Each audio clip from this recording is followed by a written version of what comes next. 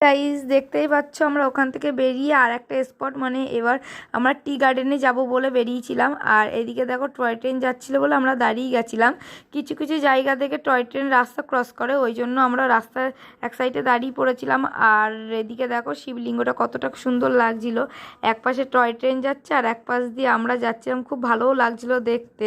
আর তোজো ওঠার জন্য একটু বায়না করছিল, কিন্তু উঠবো উঠবো ভাবছিলাম, বাট ওটা হয়নি। আর এদিকের ভিউটা খুব খুব সুন্দর লাগছিল, যেটাকে কি বলবো, নিজের চোখে না দেখলে বিশ্বাস করা যাবে না।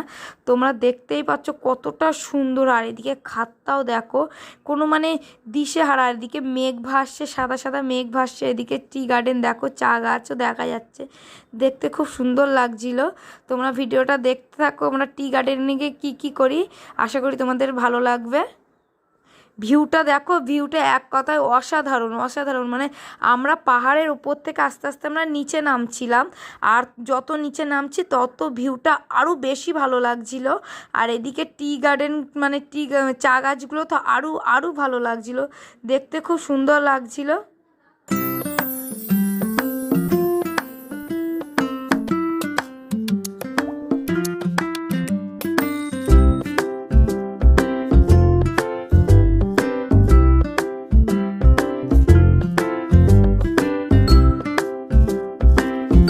আমরা টি গার্ডেনে পৌঁছে গেছি, আর এখানে সবাই একটু হালকা পাতলা কিছু খেয়ে নিচ্ছিলাম, কারণ সকালবেলা অনেক সকাল, প্রায় 7টা সাড়ে 7টার সময় আমরা বেরিয়ে পড়েছিলাম ওখান থেকে, ওই জন্য কিছু খাওয়া দাওয়া করতে পারিনি। আর এদিকে তোজো আর তোজোর পাপা দেখো দৌড়াদৌড়ি করছে, ফাঁকা জায়গা পেয়ে তোজো তো খুবই মজা করছিল। এই টি গার্ডেনটা খুব ভালোও লাগছিল দেখতে।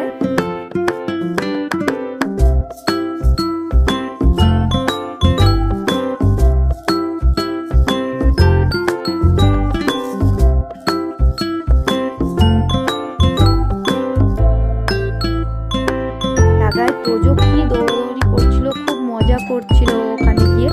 আর এদিকে ওপরেও চা গাছ, নিচেও চা গাছ, মাঝখান থেকে রাস্তা। কারণ এখানটায় সবাই মানে দার্জিলিং গেলে এই জায়গাটায়, এই চা গার্ডেনেই সবাই যায় বেশিরভাগ মানুষ।